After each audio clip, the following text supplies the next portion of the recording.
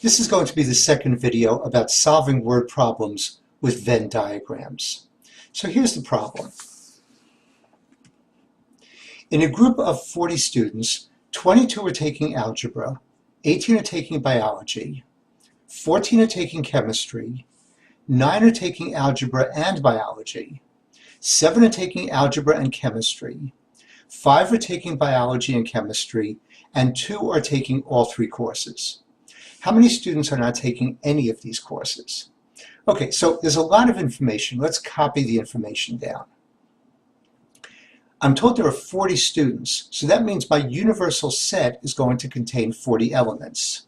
So the size of the universal set is 40.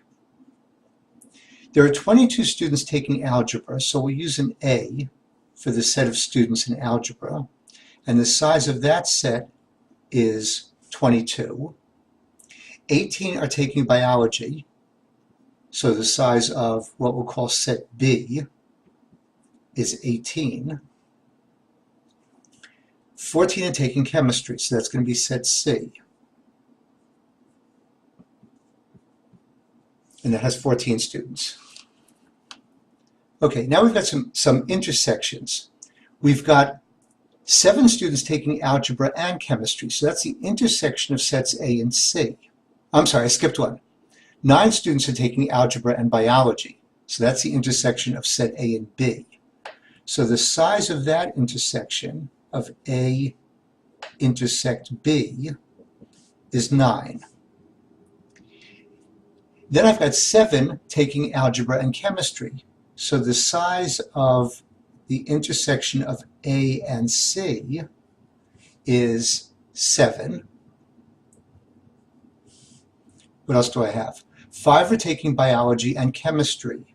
So the size of that intersection is biology and chemistry is 5. And then 2 are taking all three courses. So that would be the intersection of A and B, as well as the intersection of that with C. So here's the intersection of A and B, A intersect B, and we're going to intersect that with C. And there are 2 students in there. Okay, so let's draw our rectangle for the universal set and start filling this in.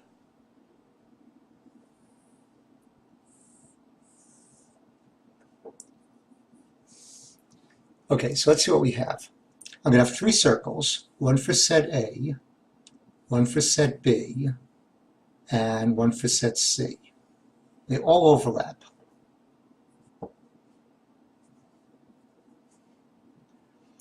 And usually the easiest thing to do is let's start with the smallest area. Well, the smallest area we have is that intersection of A and B and C.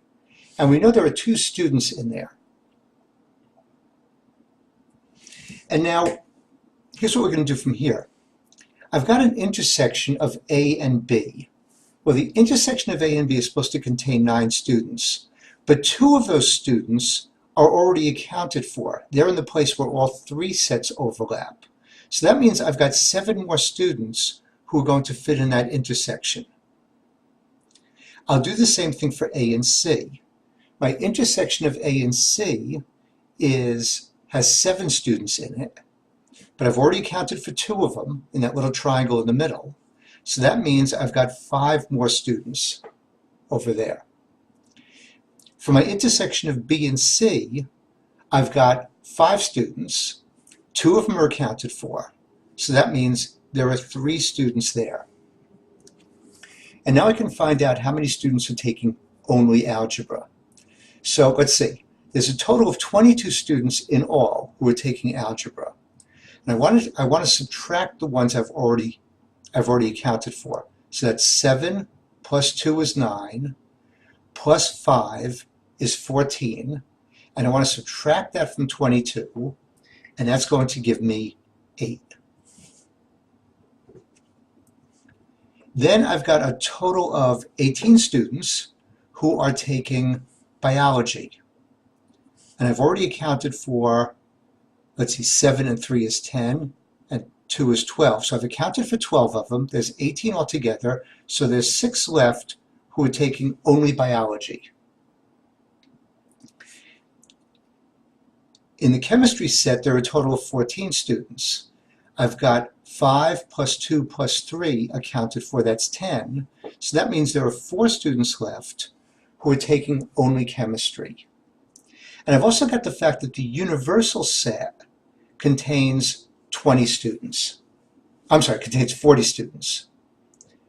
And my question was, how many students are not taking any of these courses? So all I have to do is add up the total number of students that I have who are in any of these courses, algebra, biology, or chemistry, and subtract that from the universal set, which is 40. So let's see. I've got 8 plus 7 is 15, plus 5 is 20, plus 2 more is 22, plus 6 over here is 28, plus 3 is 31, and 4 more would be 35. So there were 35 students who are taking algebra or biology or chemistry or some combination of them. I've got 40 students in my universal set, so that means there will be 5 students left who are not taking algebra or biology or chemistry. Okay? So a bit of work, but mostly it's a matter of getting yourself set up, getting all your facts straight, entering the facts you know, and then using what's basically just arithmetic to get the remaining facts. Okay? So that's it for now. Take care. I'll see you next time.